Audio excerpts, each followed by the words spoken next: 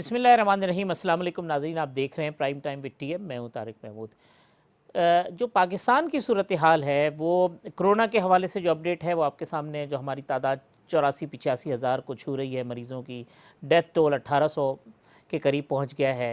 साथ साथ ये जो दिन हैं वो पाकिस्तान की मईशत के हवाले से, पाकिस्तान के जो दीगर मामलात हैं उस हवाले से भी बहुत अहम है। सुप्रीम कोर्ट में भी एक बहुत अहम नौइयत की समाअत हो रही है। जो मुस्ताफ़ी वफाकी वज़ीर क़ानून है फ़रोग नसीम साहब, वो हुकूमत की तरफ से पेश हुए हैं, दलाइल दे रहे हैं जस्टिस फ़ाइज़ ईसा केस के हवाले से। यानी वो जो सुप्रीम जुडिशल काउंसिल में रेफरेंस है उसके ख़िलाफ़ दरख्वास्त की समाअत हो रही है। और बड़े जिसको कहें कि कानूनी जंग है वो हमें नज़र आती है सुप्रीम कोर्ट के अंदर। अब अगरचे इसकी समाअत पीर तक मुलतवी हो गई है, आज भी काफ़ी उसके ऊपर दलाइल हुए। फ़रोग नसीम साहब ने अपना मौक़िफ़ किया, जजेज़ ने बहुत सारे कानूनी नुकात उठाए हैं, बहुत सारे सवालात उठाए हैं।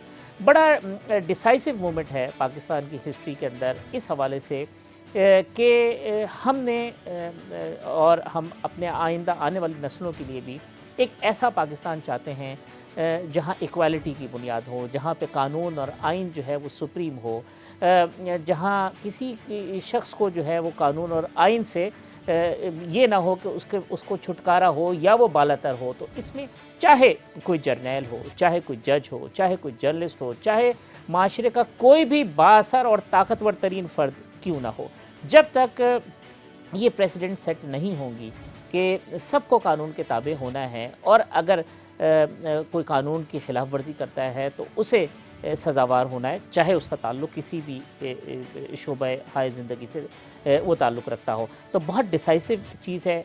पूरी कौम को उम्मीद यही है कि ऐसी चीज़ें सेट होंगी जिसके नतीजे में हमारे आने वाली जो नस्लें हैं उनका फ्यूचर जो है वो ब्राइट होगा। किसी के साथ ज़्यादती नहीं होगी, किसी की टांग खींचने पे या किसी और मामले को बुनियाद बना के किसी को धक्का देने वाले जो मामलात हैं वो नहीं होंगे। मेरिट के ऊपर चीज़ें होंगी और पाकिस्तान की अदलिया जो है वो मेरिट के ऊपर जो माजी में जो भी फ़ैसले हुए हैं उसके असरात भी हमने देखे हैं। उम्मीद यही है कि ये केस या इससे जुड़े और भी बहुत सारे या इससे अलहदा और भी बहुत सारे जो मामलात हैं उसके ऊपर हम एक ऐसे डगर पे, एक ऐसे रास्ते पे चल पड़ें जहां हमारे आने वाली नस्लें ये कह सकें कि हम एक ऐसे माशरे में रहते हैं जो कि इंसाफ का माशरा है, जहां हुक्मरानों का कानून नहीं है बल्कि कानून की हुक्मरानी है। इसी मामले में नहीं बल्कि जो दीगर मामलात हैं उसके अंदर भी ऐसी चीज़ें सेट करने के, ऐसी ट्रेंड सेट करने की ज़रूरत है जहाँ पे अगर किसी ने कोई गलती की है, चाहे वो मैं हूँ चाहे वो आप हों, और उसके कोई एविडेंसेस हैं, तो अब तो दुनिया कहीं की कहीं पहुँच गई है। चाहे वो उसके फ्रांजिक आप सबूत इकट्ठे करें, चाहे उसके आप जो टेक्नोलॉजी की मदद लेके सबूत इकट्ठे करें, और अगर कहीं से किसी ने कोई गलत इल्ज़ामात लगाए हैं तो उसके ख़िलाफ़ भी उसी तरीके से कार्रवाई होनी चाहिए। क्योंकि वंस फॉर ऑल जब तक हम ये ट्रेंड सेट नहीं करेंगे हम कभी भी आगे नहीं बढ़ सकेंगे। कोरोना के हवाले से जो सूरत हाल है, जो बढ़ते हुए केसेस हैं, हम किस डगर पे जा रहे हैं, मेरे साथ मौजूद हैं किसी तारुफ के मोहताज नहीं, साबिक वफाकी वज़ीर हैं और इस वक्त प्राइम मिनिस्टर की जो नेशनल टास्क कमेटी है साइंस एंड टेक्नोलॉजी की, टास्क फोर्स की, उसको हेड कर रहे हैं मोहतरम जनाब डॉक्टर अताउर रहमान साहब। डॉक्टर साहब बहुत शुक्रिया वक्त देने के लिए।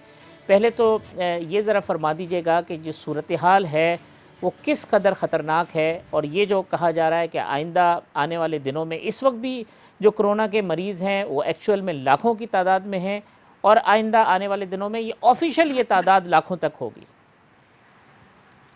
जी बिस्मिल्लाहिर्रहमानिर्रहीम। सबसे पहले तो आप ज़रा देखिए कि 1 मई को 18,000 ऑफिशियल फिगर्स के हिसाब से तकरीबन 18,000 मरीज़ थे। 1 जून को ये तादाद बढ़ के 74,000 हो गई, यानी कि 400% इजाफा हुआ एक महीने के अंदर ऑफिशियल फिगर्स के हिसाब से। और इसी को अगर आप देखते हैं तो 1 जुलाई को मेरे अंदाजे के मुताबिक तकरीबन 3 लाख के करीब पेशेंट्स होंगे और 1 अगस्त को ये बढ़ के 9-10 लाख तक पहुंच सकता है। तो एक बहुत बड़ा तूफान ये आ रहा है और ये ऑफिशियल फिगर्स की बुनियाद पर है जो मेरे ख्याल से बहुत कंजर्वेटिव हैं। एक और सिचुएशन वो है जो लाहौर में पंजाब में जो एक सर्वे हुआ है लम्स के थ्रू, उन्होंने ये अंदाज़ा लगाया है कि 6% लाहौर के बाशिंदे जो हैं वो इसमें मुब्तला हैं उसको आप कंट्री वाइज एक्सटेंड करें और 6% को कम भी कर दें, 2% कर दें कंट्री वाइज। हालांकि कराची में सिचुएशन ज़्यादा ख़राब है लाहौर के मुकाबले में, तो अगर 2% 22 करोड़ का लेंगे तो 40 लाख हो सकता है या 45 लाख इसमें मुब्तला हो चुके हों। और ये जो है ये एक एक्सप्लोजिव सिचुएशन है, क्योंकि यहाँ पे कोई SOPs पे ख्याल नहीं कर रहा, कोई मास्क नहीं पहना हुआ, सड़कों पे ऐसे ही लोग घूम रहे हैं, किसी को कोई यकीन ही नहीं है कि कोरोना नाम की कोई चीज़ है, समझते हैं कि अफवाह है। तो बहुत बड़ा एक सानिया सामने दिखाई दे रहा है। अल्लाह ना करे ये गुजर जाएं और हालात ठीक रहें, लेकिन जो इस वक्त जो सूरत हाल है वो बहुत ही गंभीर सूरत हाल है। और इसमें क्योंकि ना कोई वैक्सीन है, ना कोई दवाई अभी तक कोई डिस्कवर हुई है जो इसको क्योर कर सके, सिर्फ एक ही रास्ता है, वो है एहतियात, एहतियात और एहतियात, जो हम नहीं कर रहे। नहीं करेंगे तो बड़े मसाइल बढ़ जाएंगे हमारे लिए। तो डॉक्टर साहब कोई अंदाज़ा है कि पाकिस्तान के जिस तरह कहा कि 40 या 50 लाख अफराद, तो ये तो एक बहुत ही मोहतात अंदाज़ा है, तो ऐसा है कि हमारे यहाँ जो मुतासरा मरीज़ हैं वो अगले 2 महीने में उनकी तादाद कितनी होगी और डेथ टोल कितना होगा? ये कोई रफली फिगर्स कहीं से कोई कलेक्ट हुए हैं, कोई अंदाजे हैं इस हवाले से? मैं गवर्नमेंट के ऑफिशियल फिगर्स के बुनियाद के ऊपर हम एक्स्ट्रापोलेट कर सकते हैं कि जैसे मैंने अर्ज़ किया कि इसकी तादाद इस महीने के आखिर तक 2.5 और 3 लाख के दरमियान होगी, जो 80,000 की या 85,000 की तादाद है, या इससे थोड़ी ज़्यादा भी हो सकती है। और अगर यही रफ्तार बढ़ोतरी की रही और सोशल डिस्टेंसिंग हमने प्रैक्टिस नहीं की तो ये 8, 9, 10 लाख हो सकती है। ये ऑफिशियल, इस पे वो जो एस्टिमेटेड फिगर जो पंजाब के हैं उसको मैं नहीं ले रहा, और जो डेथ्स हैं और सीरियस केसेस हैं उसकी तादाद भी इसी रेशियो से बढ़ेगी। और इसीलिए मेरी राय में फौरी तौर पे हमें इक़दाम करने चाहिए इमीडिएटली कि आप फील्ड हस्पताल कायम करें, क्योंकि हमारे हॉस्पिटल्स यकीनन इस पूरे तूफ़ान को फेस नहीं कर पाएंगे। तो फील्ड हॉस्पिटल्स जिसके अंदर एयर कंडीशनिंग फैसिलिटीज़, जैसे मैरिज हॉल्स टेम्परेरी बना दिए जाते हैं टेंट्स करके, इस तरह टेम्परेरी फैसिलिटीज़ ओपन ग्राउंड्स में एयर कंडीशन करके और वहाँ इक्विपमेंट वगैरह लगा के, और इसके लिए हमें फौरी तौर पे प्रिपेयर करना चाहिए। हर शहर में फील्ड हॉस्पिटल्स बनाने चाहिए और हमें इसकी तैयारी इसी हफ्ते से शुरू कर देनी चाहिए ताकि ये एक जो तूफ़ान आ रहा है उसको हम कोप कर सकें। कोई अभी तक इसमें, क्योंकि मैंने अर्ज़ किया, कोई दवाई तैयार नहीं हुई, कुछ दवाइयाँ आ रही हैं। हम भी, मैं टास्क फोर्स का जो कोरोना वायरस का टास्क फोर्स जो मिनिस्ट्री ऑफ साइंस का, उसका भी मैं चेयरमैन हूँ, तो नेशनल लेवल पे हम एक क्लिनिकल ट्रायल्स कर रहे हैं। तो मुझे उम्मीद है कि बैनुल-अक़वामी जो क्लिनिकल ट्रायल्स हो रहे हैं और जो हमारे यहाँ क्लिनिकल ट्रायल्स हो रहे हैं उसके नतीजे में कुछ अद्वियात आ जाएंगी जो किसी हद तक इससे प्रोटेक्ट कर सकेंगी, या आगे जो बीमार हो जाएंगे उनके रिकवरी में थोड़ा वक्त कम कर सकें। लेकिन अभी तक जब तक कि वैक्सीन नहीं आती, जो अभी भी 8 से 12 महीने दूर है, जब तक कोई रास्ता नहीं है सिवाय एहतियात के। डॉक्टर साहब ये जो कहते थे कि जी दीगर ममालिक में कि जी वहाँ एक पीक आ गया है और पीक के बाद जो है वो डिक्लाइन की तरफ है, तो हम उस पीक पे कब तक पहुँचेंगे? वो पीक के वो जो ड्यूरेशन है या जो टाइम पीरियड है वो कब का होगा, या हम पीक पे चले गए हैं अभी? बिल्कुल पीक पे नहीं गए। ये जो है अभी बहुत तेज़ी से बढ़ रहा है, और ये पीक जो है वो 3 महीने में आती है या 5 महीने में आती है, ये कुछ नहीं कहा जा सकता। ये डिपेंड करता है कि हम किस हद तक सोशल डिस्टेंसिंग रखते हैं और किस हद तक एहतियात रखते हैं। क्योंकि देखें ना, आपके पास आबादी 22 करोड़ की है, और अगर आप देखें कि पहले क्या हुआ था, 1918 में जो स्पेनिश फ्लू आया था, तो उस वक्त दुनिया की आबादी 1.5 अरब थी, जिसमें से 50 करोड़ यानी कि 1/3 आबादी दुनिया की वो इसमें मुब्तला हो गई थी, और उसमें से कोई 5 करोड़ अफराद जो थे उनकी अमवात हो गई थी। 5 करोड़ अफराद की वफ़ात हुई थी, ख़ासतौर पे जो सेकंड वेव आया था। तो अल्लाह रहम करे, ये अभी पहला वेव है, और अभी भी बहुत से ममालिक जो हैं, बड़े बड़े ममालिक अपने घुटनों पर आ गए हैं, सनतें बंद हो गई हैं, हवाई जहाज़ बंद हो गए, ट्रांसपोर्टेशन बंद हो गई है, और कोई अभी तक कोई इसका रास्ता सामने नहीं आ रहा हमारे कि कहाँ जाएँ।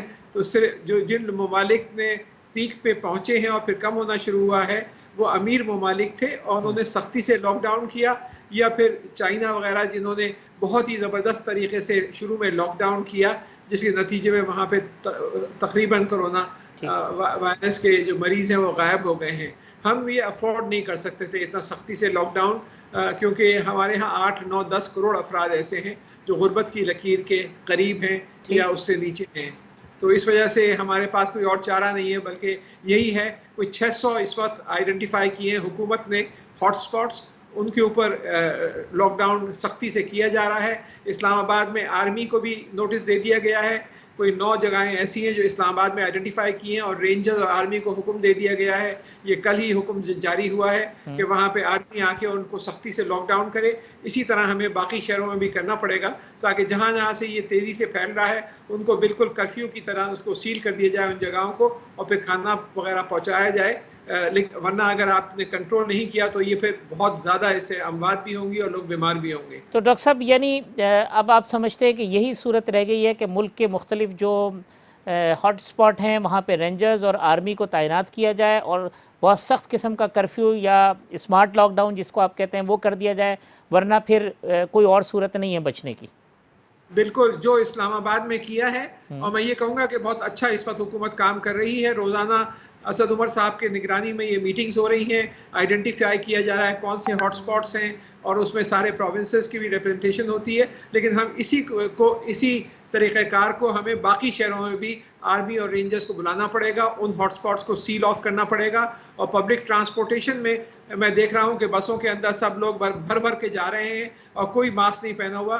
वो ऐसे जो बसेस हैं उनको जब्त करना पड़ेगा हुकूमत को, कि जहाँ जहाँ बसेस देखें कि जहाँ पे SOPs फॉलो नहीं किया जाए, हुकूमत जो है उनको फौरी तौर पे जब्त करे और सख्त एक्शन ले बस ओनर्स के खिलाफ। जब तक कि आप कुछ सख्ती नहीं दिखाएंगे, जब तक ये मामला बिगड़ते जाएंगे। तो कराची में क्या सूरत हाल आपको डॉक्टर साहब नज़र आती है? जो बड़े शहर हैं कराची और लाहौर, ये किस कदर ख़तरनाक हो चुके हैं? बहुत ज़्यादा ख़राबी है कुछ इलाक़ों में कराची के। मैंने आज से चंद साल पहले एक पहला मुल्क का centre, national centre for virology, virus research का सेंटर कायम किया था कराची यूनिवर्सिटी में, जो पूरी तरह ऑपरेशनल है। उसी में बायोसेफ्टी लेवल 3 फैसिलिटीज़ भी कायम हुई हैं, और हम इस वक्त टेस्टिंग कर रहे हैं बहुत सारे पेशेंट्स की कराची के, जो सिंध गवर्नमेंट के थ्रू आ रहे हैं। तो जो सूरत हाल इस वक्त है कि कुछ इलाक़ों में 30-35%, कुछ इलाकों में 40% जो केसेस आ रहे हैं वो पॉजिटिव आ रहे हैं, जो सैंपल्स आ रहे हैं। तो बड़ी सीरियस सिचुएशन है कराची के कुछ इलाकों में।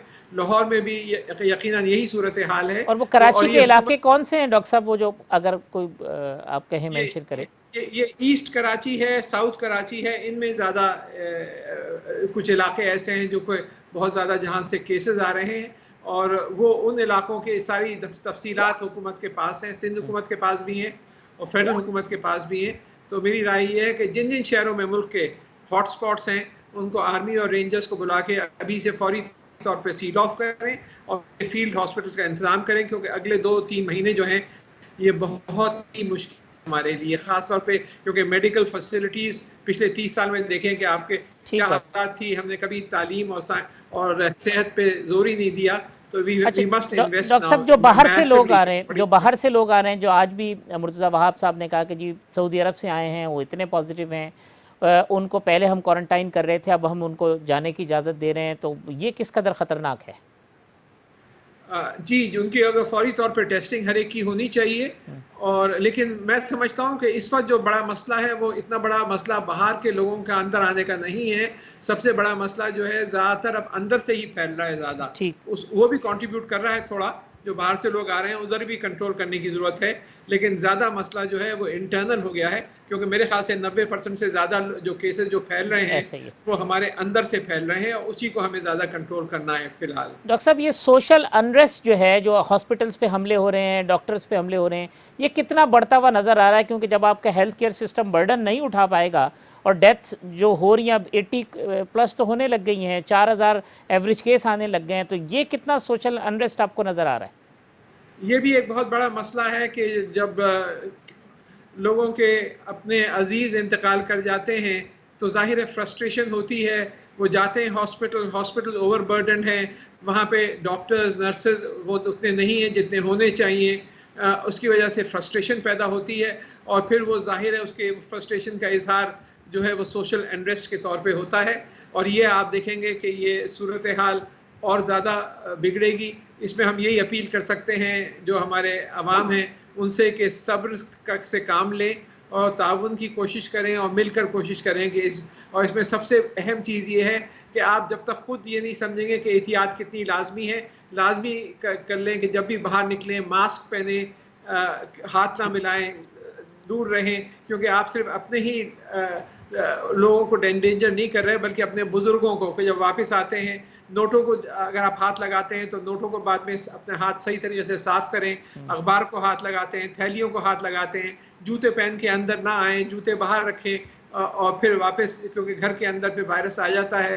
तो इस तरह की बहुत सारी एहतियात, और इसमें मीडिया का बहुत बड़ा काम है कि वो लोगों को बताए कि ये जो सोशल मीडिया पे ये फैला हुआ है कि ये ऐसी कोई चीज़ नहीं है, ये गलत है। इसका स्ट्रक्चर भी हमारे इदारे में, कराची यूनिवर्सिटी में ये वाहिद इदारा है Jamilur Rahman centre for genomics research, जो मेरे वालिद के नाम से मंसूब है और मैंने ही कायम किया था। उसके पूरा स्ट्रक्चर हुआ, ये वायरस मौजूद है और ये वायरस म्यूटेट कर रहा है, तब्दील कर रहा है, तो सख्त एहतियात की ज़रूरत है। तो ये जो डॉक्टर साहब शुरू में कहा था, ये पाकिस्तान में जो वायरस आया है इसकी इंटेंसिटी कम है और ये उतना ज़्यादा असरअंदाज नहीं हो रहा जिस तरह दूसरे, तो ये सब बातें भी अब आहिस्ता आहिस्ता ख़त्म होती जा रही हैं। जी बिल्कुल, असल में बात यह है कि इसमें हमने जो स्ट्रक्चर देखा है इसमें 30,000 के लगभग मॉलिक्यूल्स जुड़े हुए होते हैं। एक समझे एक मॉलिकुलर हार है, एक नेकलेस की तरह है, और उसमें 8 जगहों पे तब्दीली हो चुकी है, म्यूटेशंस हो चुके हैं उस वायरस के मुकाबले में जो चाइना में था। लेकिन इसका मतलब ये नहीं है कि इसमें उसका ये कम ख़तरनाक हो गया है या कम मोहलिक हो गया है, इसका मतलब ये बिल्कुल नहीं है। हमें ये जो म्यूटेशंस होती हैं इससे ज़्यादा ख़तरनाक भी होता है, जैसे कि मैंने स्पेनिश फ्लू का जिक्र किया आपसे, सेकेंड वेव ज़्यादा ख़तरनाक थी। तो इसको ये नहीं समझना चाहिए कि इससे कोई फ़र्क नहीं पड़ रहा। ये भी साबित हो गया है कि गर्मी में एक जो हम बहुत से लोग कह रहे थे कि ये ख़त्म हो जाएगा, गर्मी पड़ेगी, मैं शुरू से कह रहा था ऐसा कोई एविडेंस नहीं है। अब आप देख रहे हैं कि गर्मी पड़ रही है और ये तेज़ी से फैल रहा है, गर्मी में कम नहीं हुआ बल्कि और ज़्यादा तेज़ी से फैल रहा है। तो बहुत सारी इस तरह की गलत अफवाहें हैं। तो डॉक्टर साहब ये अब जो वैक्सीन है, जो रोज़ाना आ जाता है कि जी फ़लाँ दवा ईजाद हो गई है, फ़लाँ ईजाद हो गई है, तो लगभग 1 साल तक आप समझते हैं कि कोई वैक्सीन नज़र नहीं आती कि वो आएगी मार्केट के अंदर? दो इनिशिएटिव्स हैं, एक तो वैक्सीन है और एक दवाइयाँ हैं। जो वैक्सीन है उसमें जो ऑक्सफोर्ड ग्रुप है वो ये क्लेम कर रहा है कि वो सितंबर अक्टूबर तक इस साल ले आएंगे वो, और दिसंबर तक ये दुनिया में अवेलेबल होनी शुरू हो जाएगी। दूसरे जो कोई 100 से ज़्यादा कंपनियां इस वक्त वैक्सीन बना रही हैं, मेरे अंदाजे के मुताबिक 8 से 10 वैक्सीन जो हैं वो अगले साल जनवरी, फरवरी, मार्च, अप्रैल तक अवेलेबल होना शुरू हो जाएंगी।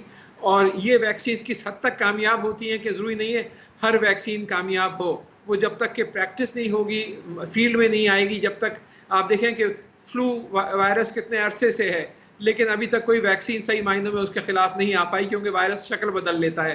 तो इस वजह से किस हद तक ये वैक्सीन कामयाब होती है, किस कंपनी की कामयाब होती है, इसमें चाइना भी है, जर्मनी भी है, अमेरिका भी है और यूरोप की दूसरी कंपनियां भी हैं जो इसमें वैक्सीन पे बहुत काम हो रहे हैं। दूसरा मामला अद्वियात का है। अद्वियात में कई दवाइयाँ इस वक्त दरियाफ्त हो गई हैं जो किसी हद तक इसको हेल्प कर रही हैं। ये मैं नई अद्वियात की बात नहीं कर रहा, उसको बनाने में तो 8 से 10 साल लगते हैं। जो एग्जिस्टिंग मौजूदा अद्वियात हैं जो दूसरी बीमारियों में इस्तेमाल होती हैं, चाहे वो दिल की बीमारियां हों या जो फेफड़ों की बीमारियां हों या दूसरी बीमारियां हों, तो उनमें से ख़ास तौर पे जो सबसे इंटरेस्टिंग डिस्कवरी हुई है वो ये कि ये वायरस जो है ये थ्रोम्बोसिस कॉज कर रहा है, ये क्लॉट्स कॉज कर रहा है और ये आपके जो ब्लड वेसल्स के अंदर इन्फेक्शन पैदा कर देता है। तो वो वाली दवाइयाँ भी अब इस्तेमाल की जा रही हैं और ख़ासे हिम्मत अफजा रिजल्ट्स आ रहे हैं। तो मुझे उम्मीद है कि अगले 1 महीने के अंदर अंदर ये कई दवाइयाँ ऐसी सामने और आएंगी जो इसको किसी हद तक इस वायरस से लड़ने में मदद देंगी। डॉक्टर साहब ये जो कहते हैं कि एक और स्पेल शायद नवंबर दिसंबर में, विंटर में और कोई सख्त किस्म का स्पेल आ सकता है, ये बात भी दुरुस्त है या यही भी सिर्फ कयास आराई है? ये सिर्फ कयास आराई है। ये बिल्कुल नहीं कह सकते कि दूसरा स्पेल आएगा या नहीं आएगा और वो सख्त होगा या नहीं होगा, लेकिन यकीनन ये मुमकिनात में से है, क्योंकि अगर ये वायरस म्यूटेट करता है और ऐसी अपने स्ट्रक्चर के, अपनी साख्त के ऐसे हिस्से पे म्यूटेट करता है, तब्दीली आता है जिससे ये ज़्यादा ख़तरनाक हो जाता है, तो ये बिल्कुल मुमकिन है कि दूसरी वेव आए। लेकिन इसके बारे में कहा नहीं जा सकता कि ये दूसरी वेव आएगी या नहीं और कब तक ये इस पर कंट्रोल कर पाएंगे हम। ठीक है डॉक्टर अताउर रहमान साहब, बहुत शुक्रिया वक्त देने का। डॉक्टर अताउर रहमान साहब की गुफ्तगू आपने सुनी। प्रोग्राम में एक वक्फा लेते हैं, वक्फे के बाद आएंगे। तो अमेरिका में जो सूरत हाल पैदा हुई है गुज़िश्ता 3-4 दिनों के अंदर, जो आपने देखा सड़कों पे मुजाहरे, और डॉक्टर आदिल नजम साहब हमारे साथ होंगे। अमेरिकन सोसाइटी कहाँ जा रही है, क्या असरात होंगे वहाँ की सियासत के ऊपर, और फिर जो गुज़िश्ता रोज़ DGISPR ने फरमाया था कि जो पाकिस्तान और भारत की जो कशीदगी है, स्पेशली जो भारत की ब्रुटैलिटी है कश्मीर के ऊपर, लाइन ऑफ कंट्रोल की जो खिलाफ वर्जी है वहाँ, उसे क्या दुनिया में कहीं मॉनिटर किया जा रहा है, कहीं उस पर नज़र डाली जा रही है। गुफ्तगू करेंगे डॉक्टर आदिल नजम साहब से।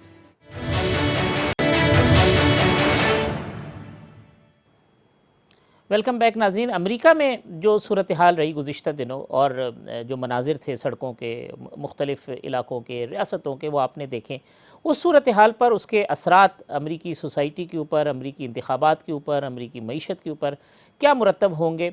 और गुज़िश्ता दिनों जो DGISPR ने पाकिस्तान और भारत और इस खित्ते की जो सूरत हाल के हवाले से गुफ्तगू की थी, उसे क्या आलमी सतह पर कहीं मॉनिटर किया जा रहा है या उसके ऊपर कोई नज़रें हैं। इस हवाले से गुफ्तगू करने के लिए मेरे साथ मौजूद हैं किसी तारुफ के मोहताज नहीं, बैनुल-अक़वामी उमूर के माहिर मोहतरम जनाब डॉक्टर आदिल नजम साहब। डॉक्टर साहब बहुत शुक्रिया वक्त देने के लिए। डॉक्टर साहब पहले तो ये फरमाइएगा कि ये जो अमेरिका में ये सब कुछ हुआ और जिस तरह का मंज़र हमने देखा सड़कों के ऊपर, तशद्दुद के वाक़यात, और फिर इस एक्सट्रीम पे चीज़ें चली गई कि फ़ौज बुलाने की बातें हुई, और फिर कभी नेशनल गार्ड बुलाने की बातें हुई, और कभी ह्यूस्टन के पुलिस चीफ ने कहा कि प्रेसिडेंट अगर कुछ नहीं कर सकते तो अपना मुंह बंद करें। ये किस चीज़ को रिफ़्लेक्ट करती हैं अमेरिका की सोसाइटी के? मतलब क्या है कि एक ऐसा खौल है जो ऊपर से बहुत अच्छा नज़र आता है, लेकिन कोई एक इंसिडेंट होता है तो पूरी सोसाइटी का जो अच्छा और बुरा चेहरा है वो खुल के सामने आ जाता है। जी, ये मेरे ख्याल में 2-3 चीज़ों को रिफ्लेक्ट करता है। एक तो ये कि अमेरिकन सोसाइटी में सबसे बड़ी जो दरार है, और ये आज की दरार नहीं है, ये 200 साल की एक फॉल्ट लाइन है, वो नस्ल और नस्ली इम्तियाज़ की दरार है, और उसका ताल्लुक जो है वो उनकी स्लेवरी की हिस्ट्री से है। उसके बाद एक सिविल वॉर हुई। तो ये जो ज़ख्म है ये बहुत गहरे हैं, और ये ज़ख्म भरे नहीं है। ऐसा नहीं कि सिविल वॉर हुई और स्लेव्स को लिंकन साहब ने जो है एमेंसिपेशन का ऑर्डर कर दिया तो सब कुछ ठीक हो गया। तो एक तो ये उस चीज़ की रिफ्लेक्शन है कि अमेरिकन सोसाइटी में जो सबसे गहरी, सबसे बड़ी, सबसे मुश्किल जो डिवाइड है, जो दरार है, वो नस्ली इम्तियाज़ की है। तो हम ये वक्तन फ़वक्तन देखते हैं, ये कोई पहला वाक़या नहीं है। दुरुस्त। ये आप बिल्कुल एक मुतवातिर आप समझें कि हर साल में कई मर्तबा कोई एक ऐसा इंसिडेंट होता है जहाँ फिर ये नज़र आता है कि ये ज़ख्म बहुत गहरे हैं और भरे नहीं हैं, और सोसाइटी के अंदर जो तासुब है वो मौजूद है, और वो फिर उबल के बाहर आ जाता है। तो एक तो ये इस चीज़ की अलामत है। दूसरी मेरे ख्याल में डोनाल्ड ट्रंप साहब की सदारत की भी अलामत है कि डोनाल्ड ट्रंप साहब जो है वो मुख्तलिफ एक सदर हैं पिछले से दूर से। उनका जो बेस है, उनका जो पॉलिटिकल बेस है, उसमें बहुत से वाइट सुप्रीमेसिस्ट हैं। इसका ये मतलब नहीं कि सारे हैं, लेकिन बहुत से हैं। तो और उनका अपना जो एक अंदाज है कॉन्फ्रंटेशनल, वो जो है वो तेल पे पानी या तेल पे आग छिड़कने की वाली बात बन जाती है। और वो चीज़ों को बजाय इसके कि सोसाइटी को यकजा करे, यूनाइटेड करे, वो उसको और डिवाइडेड करता है। और आखिरी जो मेरे ख्याल में है, जिसका मेरे ख्याल में हमें भी सोचना चाहिए, ये जो है अलामत इस बात की है कि तमाम दुनिया में, सिर्फ अमेरिका में नहीं, अमेरिका में तो है और पहले से है, तमाम दुनिया, चाहे हम अपने खत्ते में देख लें, चाहे हम यूरोप में देख लें, अफ्रीका में देख लें, लातीनी अमेरिका में देख लें, इस वक्त एक गम और गुस्से की जो सियासत है, और खुसूसन नौजवानों में जो गुस्से की सियासत है, वो हमें हर मुल्क में, हर दूसरे खत्ते में बाहर उबलती हुई नजर आती है। और इस हफ्ते हमें वो अमेरिका की सड़कों पे नजर आई। ये जो गम और गुस्से की जो आपने बात की, ये एहसास महरूमी है, ये रिएक्शन है चीज़ों का, ये क्या है? दोनों चीज़ें और इसके अलावा भी एक तो एहसास महरूमी है कि हमें नौजवानों में खुसूसन एक ये नज़र आता है कि दुनिया जो है, ये देखें, ये एक आलमी चीज़ है। तो एक तो नस्ल का पहलू, दूसरा उसके साथ जब आप ये देखते हैं कि जो डिवाइड है इकोनॉमिक, अमीर से अमीर तर होता जा रहा है, गरीब जो है वो गरीब तर होता जा रहा है, और खुसूसन अगर एक सेक्शन ऑफ सोसाइटी जो है वो उसकी महरूमी बहुत ज़्यादा हो, तो फिर गुस्सा बढ़ता है। और ये भी याद रखें कि हम कोविड से गुजर रहे हैं। कोविड में जो है खुसूसन जो गरीब तबका है, जिसमें अमेरिका में बहुत से स्याफाम उनकी प्रोपोर्शन बहुत ज़्यादा है, उन पे जो इकोनॉमिक मुश्किल है वो भी ज़्यादा है। तो ये दुरुस्त। तमाम चीज़ें जब मिलती हैं तो अलामत किस चीज़ की है? गुस्से की सियासत। गुस्से की सियासत महरूमी की अलामत है।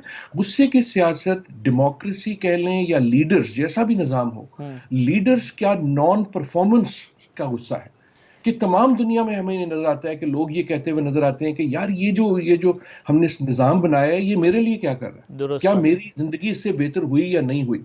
और जब जवाब नफी में आता है तो फिर गुस्सा आता है। और गुस्सा जो है वो हमें सड़कों पे किसी न किसी पहलू से, कभी वो इक्तिसादी तौर पे होता है, कभी वो समाजी मसाइल पे होता है, कभी वो नस्ली मसाइल पे होता है, कभी वो मजहबी मसाइल पे होता है, लेकिन गुस्सा वही होता है।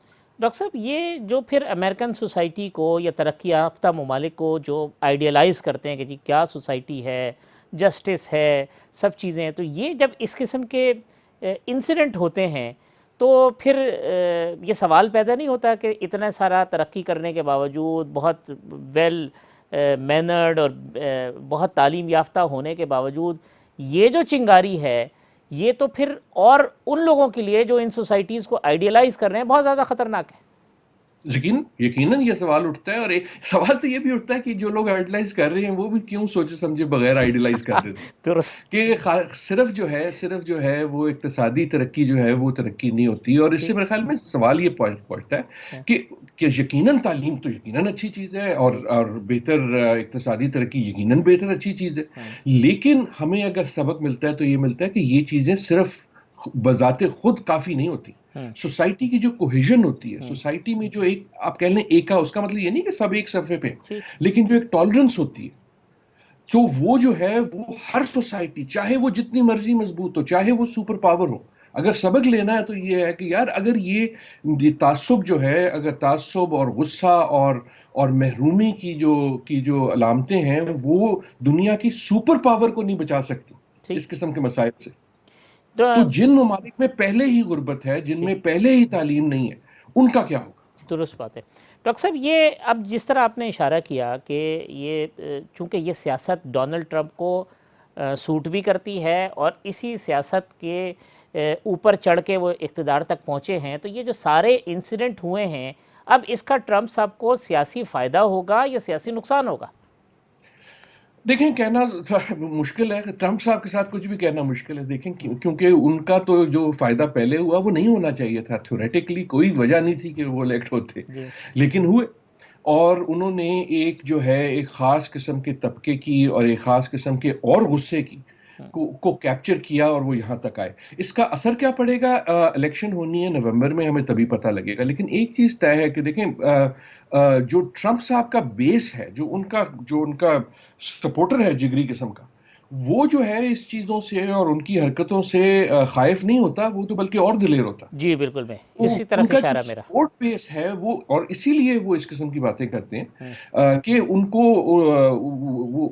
फॉर हिम जो सियासत है वो दूसरे सपोर्ट बेस की है। हुँ, अब सवाल ये है कि क्या अमेरिका की जो तफरीक है, जो मैंने दरार की बात की, उसमें जो दूसरी तरफ है, जो इस वक्त आपको सड़कों पे नजर आती है प्रोटेस्ट करते हुए, क्या उनकी सियासत इतनी मजबूत होगी कि वो एंटी ट्रंप, सो मेरे ख्याल में जो प्रो ट्रंप फोर्सेस हैं हुँ, उन पे तो फर्क नहीं पड़ेगा। हुँ, सवाल ये है कि क्या जो एंटी ट्रंप पार्टीज है या एंटी ट्रंप फोर्सेस हैं वो इन वाकयात से इतनी मजबूत होंगी हुँ। कि उनकी सियासत जो है मुस्तहकम हो जाएगी, इसी तरह चेंज आएगी।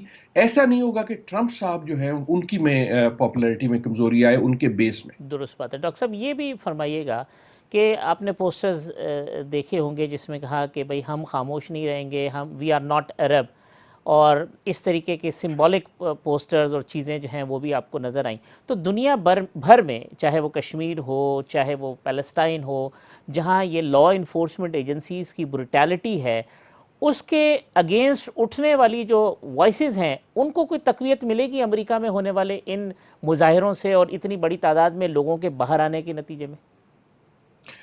तकवीत का अगेन फैसला तारीख करेगी, लेकिन अटेंशन जरूर मिलेगी और मिल रही है, जैसे कि आपने जिन पोस्टर्स का जिक्र किया। लेकिन जब कहीं भी इनजस्टिस होता है, किसी भी जगह दुनिया में इनजस्टिस होता है, तो दूसरा जो इनजस्टिस हो रहा होता है वो एक तरह से वो भी उभर के बाहर आ जाता है। तो जब जब जब जब मुख्तलिफ देखें, मैं और आप जो हैं, अगर हम आराम से बैठे हैं और हमारी जिंदगी ठीक जा रही है तो हमारे लिए आसान हो जाता है इग्नोर करना दुनिया में दूसरे जो इनजस्टिस हो रहे हैं, जहां दूसरा तासुब हो रहा है, यहाँ दूसरा जुल्म हो रहा है। लेकिन जब हम पे पड़ती है तो एकदम याद आता है कि यार हम अकेले नहीं है, वो भी था। सवाल ये है कि अगर हमें सिर्फ तब याद आए जब हम पे पड़े और जब दूसरे पे हो तो हम खामोश रहें, तो वो हिपोक्रेसी होती है। और उसका नतीजा ये होता है कि जब हम पे मुश्किल पड़ती है तो कोई दूसरा साथ नहीं बोलता। तो जो मैं बात कर रहा था ग्लोबल मूवमेंट्स की, वो ग्लोबल मूवमेंट्स यही है कि जब हमें एक किस्म की चीज दुनिया भर में नजर आती है, कि नौजवान सड़कों पे नजर आते हैं, कभी वो तालीम के लिए बोल रहे होते हैं, कभी वो यंग डॉक्टर होते हैं, कभी वो तासुब का मसला होता है, कभी वो मजहब का मसला होता है, कभी वो नस्ल का मसला होता है, कभी वो कौम का मसला होता है, लेकिन हर जगह हमें नजर आता है कि ये गुस्सा है। तो देखने वाला जो है, ये सारे लोग जो हैं दुनिया के, वो कहते हैं कि यार मैं अकेला नहीं हूं, कहीं और भी है।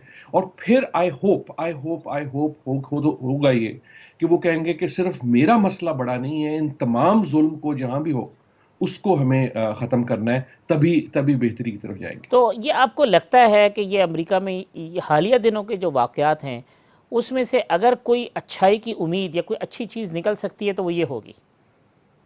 आई होप सो जी, बिल्कुल। देखिए, इस किस्म की अच्छी चीज अगर निकल सकती है वो ये होगी कि इंसान सिर्फ ये सोचे कि सिर्फ मेरा मसला नहीं है, ये दूसरे भी मसले हैं। कि जब जब मैंने किसी दुनिया के दूसरे खत्ते में जुल्म देखा और मैं खामोश रहा, ठीक। अगर आज मुझे ये गुस्सा है कि दूसरे मेरे साथ क्यों नहीं खड़े, तो क्या मुझे ये याद है कि जब दूसरों का मसला आया था तो मैं खड़ा हुआ खड़ा था हुआ कि था, नहीं नहीं हुआ? हुआ था, बिल्कुल दुरुस्त राइट। बात। और ये सिर्फ अमेरिका का नहीं है, सारी दुनिया का भी है। देखिए, सच्ची बात, अगर मुझे आप एक इजाजत दें, ये ग्लोट करने का वक्त नहीं है। कई बार मुझे नजर आता है सोशल मीडिया वगैरह पे कि जैसे देखो वो देखो अमेरिका के साथ भी हो गया। ये इसमें खुशी की किसी के लिए बात नहीं है। ये किसी इंसान के साथ किसी जगह जब जुल्म होता है तो ओवरऑल हर। हाँ जी। ओवरऑल इंसानी जो माशरे हैं उनका, जो आप समझें कि लेयर्स उतर रही हैं, कहीं पे वो सेक्टेरियनिज्म के नाम पे, कहीं वो लिसानियत पे, कहीं वो नस्ली तासुब पे, जिससे लगता ही है कि सोसाइटी जो है वो मोरल वैल्यूज़ के अंदर कितनी कमज़ोर होती जा रही है, और उसकी शायद वजह मटीरियलिज्म भी हो। ये वो भी हो सकता है, बिल्कुल वो भी हो सकता है। देखिए, ये इम्तिहान सिर्फ अमेरिका का नहीं है, ये दुरुस्त, इंसानियत का है। दुरुस्त। और बाकी इम्तिहान भी सारे इंसानियत के थे।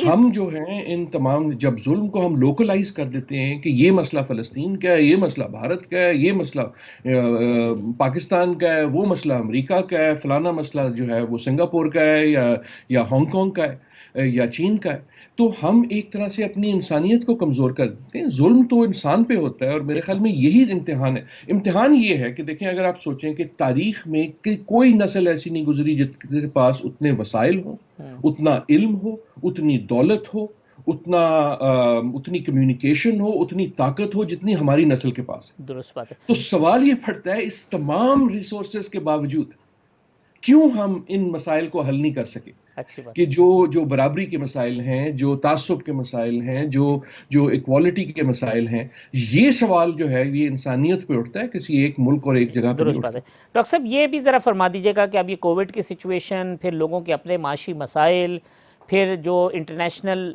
कम्युनिटी है उनके अपने प्रॉब्लम्स, इस सूरत हाल में जो हमारा नुक्ता नज़र है पाकिस्तान का, और बिलखुसूस पाकिस्तान और भारत के जो सूरत हाल है, बढ़ती हुई टेंशन्स, लाइन ऑफ कंट्रोल पे होने वाली खिलाफ वर्जियाँ, कश्मीर में ह्यूमन राइट्स की वायलेशन, इसकी दुनिया में कहीं कोई हिलजुल, कोई कोई सुनगुन, कोई तशवीश है, या सबको अपनी अपनी पड़ी हुई है, कोई देख नहीं रहा है? अनफॉर्चुनेटली यार, अनफॉर्चुनेटली आपकी दूसरी बात जो है वो ज्यादा ज्यादा नजर आ रही है कि कोविड ने एक तरह से, और यही जो हम बात कर रहे थे कि उम्मीद क्या की जा सकती है, कोविड ने एक तरह से हर शख्स को अपने मसले में इतना घेर दिया, एक तो घर पे कैद कर दिया। वैसे ही आप जो है, आप एक इंटरनली फोकस्ड हो जाते हैं, ठीक। इनवर्ड लुकिंग हो जाते हैं। आप कहते हैं यार मेरा मसला ये है, मेरी नौकरी का मसला ये है, मेरी बीमारी का मसला ये है, दुरुस्त। मैं ये कर रहा हूँ। तो जो मैं है वो इतना बढ़ जाता है कि एक तरह से आप डिस्ट्रैक्ट हो जाते हैं दूसरे मसाइल ठीक। से। और ये चीज़ हम आलमी सियासत में भी देख रहे हैं कि इस वक्त आप किसी मुल्क का, आप हमारे मुल्क का देख लें या किसी दूसरे मुल्क का देख लें, आप अखबार मीडिया उठा के देख लें, बात जो है वो एकदम इतनी लोकलाइज हो जाती है कि दूसरी जगह पे जो जो जो चीज़ें हो रही हैं, चाहे वो इतनी ही बड़ी हों, जैसे कश्मीर का मसला है या जैसे दूसरे मसाइल हैं, जो मसले चले नहीं गए। ऐसा नहीं हुआ कि कोविड आया तो वो मसले गायब हो गए। एग्जिस्ट करते हैं, लेकिन उस पर चादर पड़ गई है। अटेंशन, चादर नहीं, अटेंशन डाइवर्ट होगी ना, अटेंशन डाइवर्ट। हमने हमारा फोकस कहीं और चला गया। ठीक। और हमने अगर अगेन अमेरिका से कुछ सीखना है तो वही सीखना है कि ये मसले जाते नहीं हैं। तो जब कोविड के जो जो स्ट्रेस है उसके वो इतना बढ़ जाए तो जो दूसरे स्ट्रेस हैं वो भी बढ़ जाते हैं। तो फिर जब लावा उबलेगा तो वो डबल उबलेगा। हम अमेरिका में जो लावा देख रहे हैं उसमें यकीनन नस्ली इम्तियाज का लावा तो मेजर है ही है, लेकिन वो एग्जैसरबेट होता है कोविड-19 के लावे से, उसकी वजह से जो इकोनॉमिक डिसएनफ्रेंचाइजमेंट हुई है। और मेरे ख्याल में दूसरे ममालिक को, दूसरी सोसाइटीज को भी ये सोच लेना चाहिए कि देखो एक स्ट्रेस पड़ता है तो दूसरे स्ट्रेस मल्टीप्लाई हो जाते हैं। तो जो मसले हम हल नहीं कर सके वो ऐसा नहीं है कि चले गए इसकी वजह से गायब हो गए। अच्छा, जो अगर हम बात कर रहे तो वो गायब नहीं हुए। ये मैं आखिरी बात डॉक्टर साहब अगर कहूँ कि तो अगर भारत में कहीं ये सोच पाई जाती है कि इस सूरत हाल से फ़ायदा उठाकर उन्होंने बहुत सारी चीज़ों को कवर कर लिया है, तो ऐसा नहीं है, एक लावा पकड़ा है जो बहुत बुरी तरीके से फटेगा। बिल्कुल बिल्कुल। जो गुस्सा पहले वो आपको जामिया मिलिया के बाहर या जेएनयू के बाहर दिल्ली में की स्ट्रीट्स में नजर आता था, वो ऐसा नहीं है कि गुस्सा जो है छुट्टी पे चला गया। वो गुस्सा इंटरनेट पे चला गया है, वो जूम पे चला गया है, वो गुस्सा बढ़ रहा है।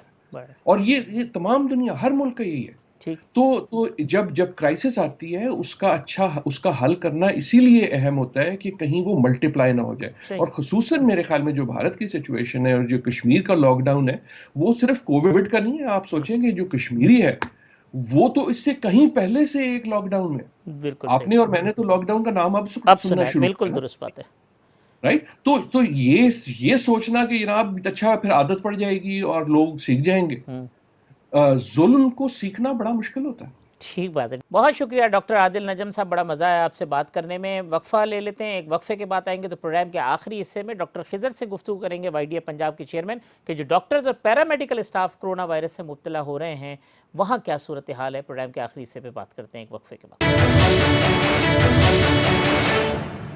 वेलकम बैक नाजरीन। डॉक्टर खिजर हयात वाईडीए पंजाब के चेयरमैन मेरे साथ मौजूद हैं। जो डॉक्टर्स और पैरामेडिकल स्टाफ की जो सूरत हाल है कोरोना वायरस का वो शिकार हो रहे हैं उस पर गुफ्तगू करते हैं।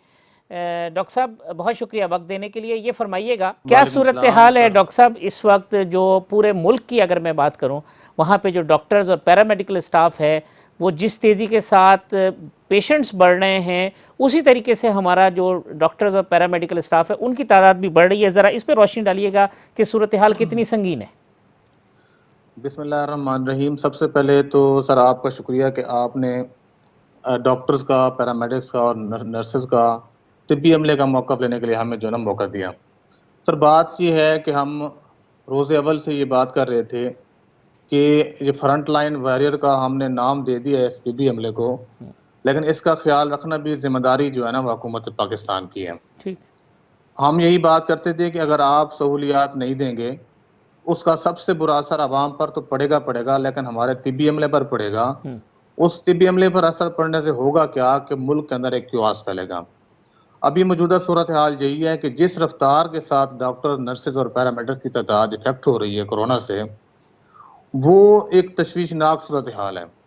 उसका एक बुरा असर ये पड़ रहा है कि हुकूमत के जो कारिंदे हैं या हुकूमती को जो नुमाइंदे हैं वो आकर टीवी पर बयान दे देते हैं कि हमारे पास फलां चीज़ें इतनी हैं, फलां चीज़ें इतनी हैं, फलां चीज़ें इतनी हैं, और हमारी जो आवाम है वो समझती है कि हुकूमत अस्पतालों के अंदर सारी चीज़ें मुहैया कर रही है। ठीक, लेकिन डॉक्टर जो है ना वो सारी चीज़ें मरीजों को दे नहीं रहे। ख़ास तौर पे जो बात करते हैं वेंटिलेटर्स की, वो कहते हैं कि हमारे पास वाफिर मिकदार में वेंटिलेटर मौजूद है, लेकिन हालत ये है कि लाहौर के अंदर डॉक्टर्स को भी वेंटिलेटर नहीं मिला और वो अल्लाह ताला को प्यारा हो गया। सही। अगर यही सूरत हाल रही, हुकूमत आवाम के साथ, डॉक्टर्स के साथ झूठ बोलती रही, इसका सारा मलबा आके गिरता है हमारे फ्रंटलाइन वॉरियर के ऊपर। आप देखें पिछले कुछ दिनों के अंदर अस्पतालों के अंदर तशद्दुद के वाकयात में बेतहाशा इजाफा हुआ है। दुरुस्त बात है। डॉक्टर्स का जो इस वक्त साइको सोशल स्टेटस है, उनका जो मेंटल स्टेटस है, they are ready to survive, they are ready to serve the community, but they are confused. हुकूमत उनको अलहदा से कंफ्यूज करती है, आवाम इनको अलहदा से परेशान करती है, ऊपर से इनकी अपनी कम्युनिटी के लोग भी सफर कर रहे हैं। डॉक्टर्स को अगर वो डॉक्टर कोरोना से पॉजिटिव आ जाता है, उसको ना ड्यूटी से रिलीव किया जाता है, उससे ड्यूटियां भी करवाई जाती हैं, उसके लिए प्रॉपर क्वारंटाइन फैसिलिटीज की बात नहीं की जाती, ना उसका प्रॉपर ख्याल रखा जाता है, यानी उसको वेंटिलेटर तक नहीं मिलता। जो कोरोना का शिकार डॉक्टर हो चुके हैं वो उसके बावजूद ड्यूटी दे रहे हैं, ये तो फिर बहुत ज्यादा खतरनाक बात है, क्योंकि वो जिसको ट्रीट कर रहे हैं। कल लोधरा में एक डॉक्टर पॉजिटिव आया, उसके एमएस साहब ने हमें बताया कि डॉक्टर पॉजिटिव आने के बावजूद भी 2 दिन ड्यूटी करता रहा। अभी वो आइसोलेशन वार्ड में दाखिल है। हमारे पास मुल्क के अंदर जैसे रिसोर्सेज कम है, इस तरह तिब्बी अमले की तादाद भी कम है। ठीक, हुकूमत अपनी तरजीहात में अगर प्रेस कॉन्फ्रेंस रखती है तो अपनी तरजीहात में फ्रंट लाइन वॉरियर को भी रखे कि उनको फैसिलिटेट कैसे करना है, उनके पैने को कम कैसे करना है, क्योंकि यही लोग हैं, ये ठीक होके भी आते हैं फिर अस्पतालों में काम करते हैं, पॉजिटिव हो जाते हैं फिर भी अस्पतालों में काम करते हैं। हमारे बेशतर लोग ऐसे हैं, डॉक्टर्स ऐसे हैं जिनकी फैमिली सफर कर रही हैं। मुल्तान के हमारे सदर हैं डॉक्टर फरहान असलम, उनकी फैमिली के लोग, उनका भाई पॉजिटिव है, उनका बहनोई पॉजिटिव है, उनकी फैमिली के लोग पॉजिटिव है, उनकी फैमिली को सिम्टम्स हैं। अब डॉक्टर्स ने अपना भी ख्याल रखना है, अपनी आवाम का भी ख्याल करना है, अपने मरीजों का भी ख्याल करना है। ये सारी जिम्मेदारियों का बोझ जब डॉक्टर पे आता है तो फिर डॉक्टर पे एक्सपेक्टेशन लोगों की ज्यादा होती हैं। जब एक्सपेक्टेशन पूरी नहीं होती तो डॉक्टर को मार पड़ती है अस्पतालों में। ये जो एनडीएमए और दीगर जो गवर्नमेंट्स हैं, फेडरल गवर्नमेंट, प्रोविंशियल गवर्नमेंट, वो कहते हैं जी हम पीपीईज प्रोवाइड कर रहे हैं, वेंटिलेटर्स और ये वो, तो इस अरसे के दौरान जो ये जो सहूलियात हैं उसमें कोई खातिर खा बेहतरी नहीं आई है आपके ख्याल में? देखें, हमें ना हमेशा हमें स्टेज वाइज, स्टेप वाइज चलना होता है। पहली फेज में हमें चाहिए थी डॉक्टर्स, नर्सेज और पैरामेडिक को ये पीपीईज वगैरह चाहिए थी। ठीक, अगर वो आना शुरू हो गई, अभी सूरत हाल ये है कि अस्पतालों के अंदर मरीज सिम्टोमेटिक आ रहे हैं। पहले मरीजों को सिम्टम्स नहीं होती थी, अब अस्पतालों में जो कोरोना की किस्म आ गई है, जो मरीज आ रहे हैं उनको अलामात आ रही हैं। कोई एक भी ऐसा मरीज नहीं होता जिसको अलामात नहीं होती। अब इस वक्त हमें अस्पतालों में और चीजें जरूरत है। मरीजों को ऑक्सीजन चाहिए होता है, मरीजों के लिए बाकी सारी सहूलियात चाहिए होती हैं, वेंटिलेटर चाहिए होती हैं। उसी हिसाब से हमें डॉक्टरों की तादाद भी बढ़ानी पड़ती है। हम हर स्टेप पे हर चीजों को असेस करके उसके हिसाब से सहूलियात देनी होती हैं। और ये जो सामान आया है इसकी क्वालिटी के ऊपर भी कुछ सवालात उठे हैं। वो जो सामान है, बिल्कुल बिल्कुल ठीक कह रहे हैं। जो चीज हमें शुरू में मिल रही थी उसमें और आपकी चीजों में ना क्वालिटी में फर्क है। हम आपके मास्क में भी फर्क है, शायद वो लोकली मैन्युफैक्चर हो रहे हों या शायद वो मैन्युफैक्चरिंग कैपेसिटी कम होगी हो या जो भी। अब जो सामान दिया जा रहा है वो क्वालिटी में उसमें कमी आई है, वो क्वालिटी पहले जैसी नहीं है, क्वालिटी पहले वाली नहीं है। ये इस बात को हम गारंटी से कहते हैं कि वो वाली क्वालिटी नहीं है। दूसरी बात यह है कि गवर्नमेंट ने अगर लॉकडाउन रिलैक्स कर दिया है, लॉकडाउन खत्म कर दिया, उसकी वजह से आप देखें कोरोना के केसेस की तादाद में बेतहाशा इजाफा हुआ है। और सबसे अलार्मिंग बात यह है कि केसेस बढ़ रहे हैं। दूसरी अलार्मिंग बात यह है कि वही केसेस जो बढ़ रहे हैं वो अलामात के साथ आ रहे हैं और वो अलामात तशवीशनाक हैं। तशवीशनाक इसलिए है कि अब खतरा है कि मोर्टेलिटी में इजाफा ना हो। अगर खुदा ना खासा ऐसा होगा तो चीजें और खराब होंगी। ये आखिरी बात मुझे ये फरमा दीजिएगा कि अब हेल्थ केयर सिस्टम जो है वो मजीद कितने दिन तक आपको नजर आता है कि ये बोझ बर्दाश्त करेगा, जब आपके पेशेंट तो 4000 की तादाद में आने लग गए हैं डेली? बिल्कुल ऐसे हैं। देखें, अभी हुकूमत को मजीद स्मार्ट मूव लेने की जरूरत है। इनको चीजों को SOPs इनको बनाने की जरूरत है, चीजों को सेट करने की जरूरत है, खास तौर पे अस्पतालों के अंदर, क्योंकि अब अस्पताल वो सोर्स है जहां से कोरोना फैल रहा है। वहां का डॉक्टर अगर एक पॉजिटिव आता है, वो 4 दिन मरीजों को देखता है, वो मरीज सारे उससे इफेक्ट होते हैं। अब सूरत हाल ये है कि डॉक्टर जो है वो खुद कोरोना के फैलाव का सबब बन रहे हैं। आप जाहिर सी बात है, एक डॉक्टर जब जिसको अलामात अभी नहीं आ रही, उसने 3 दिन बाद टेस्ट कराया, वो उन दिनों में उसने 300-400 मरीज भी देखा होता है। सही। अस्पतालों में SOPs बनाने की जरूरत है, इंतजामिया को विजिलेंट होने की जरूरत है, गवर्नमेंट को मजीद अच्छी पॉलिसीज बनाने की जरूरत है। खास तौर पर मैं एक मैसेज आपके प्रोग्राम से तवज्जो देना चाहूंगा कि अस्पतालों के अंदर जो लोग काम कर रहे हैं, अस्पतालों के अंदर जो कोरोना के मरीजों को देख रहे हैं, वो डॉक्टर्स हैं, नर्सेज हैं, पैरामेडिक्स हैं। इसमें भी खास तौर पे वो लोग जो हमारे हाउस ऑफिसर्स हैं, हमारे PGRs हैं, मेडिकल ऑफिसर्स हैं, नर्सेज हैं, पैरामेडिक्स हैं, जो लोग अस्पतालों में काम करें, उनसे फीडबैक लिया जाए, उनसे पूछा जाए कि आपको अस्पतालों में कौन सी चीजें जाएं। ये नहीं कि जो दफ्तरों में बैठे हैं, जो 4 महीने से अपने ऑफिस से भी नहीं आ रहे, उनसे फैसले करवाए जाए। ब्यूरोक्रेसी फैसले ना करे, डॉक्टर्स का इनपुट लें। अगर चीजों को बेहतर डॉक्टर के ज़रिए साहब बहुत शुक्रिया वक्त देने के लिए। प्रोग्राम का वक्त खत्म हो रहा है, आइंदा हफ्ते इसी वक्त इंशाल्लाह इस प्रोग्राम में दोबारा आपसे मुलाकात होगी। अल्लाह हाफिज।